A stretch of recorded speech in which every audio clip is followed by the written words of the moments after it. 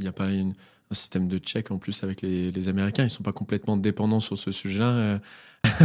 C'est peut-être un manque d'anticipation de leur part qui aussi fait qu'aujourd'hui, peut-être qu'ils ont besoin de ce feu vert américain. Je ne révèle pas de secret d'État en disant qu'en effet, les Anglais ont un petit problème de souveraineté par rapport aux moyens américains qui sont très étroitement imbriqués et intégrés dans leur chaîne opérationnelle. Mais on peut parler des Anglais, on pourrait parler des Danois qui se sont dotés d'avions de chasse de combat F-35 américains, qui sont extrêmement coûteux, mais qui sont surtout extrêmement contrôlés par Washington. Donc si demain, le président Trump décidait d'envahir le Groenland par la force, et que la flotte danoise voulait envoyer ses propres moyens, elle ne pourrait pas, puisqu'elle serait maintenue au sol par Washington. On appelle ça un kill switch. Et donc c'est ce qui fait la différence, par exemple, entre deux équipements, le F-35 américain, très coûteux et surtout assez dépendant de la bonne volonté des Américains, et le Rafale de dernière génération, qui lui est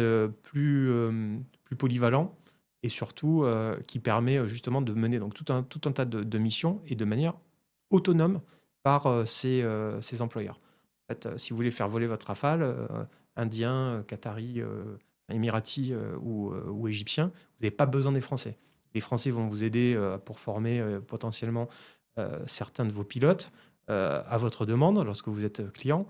Peut-être vont vous former aussi à la maintenance, mais après, les pièces détachées, la maintenance, etc., restent à votre charge si vous le souhaitez. Et donc ça, c'est quelque chose qui n'est pas possible avec le F-35. Okay. On parlait de forme de guerre tout à l'heure, ça c'est une forme d'emprise aussi, commerciale et surtout technologique, dont on est particulièrement conscient, nous en France, et dont certains pays de l'Union européenne commencent à prendre conscience.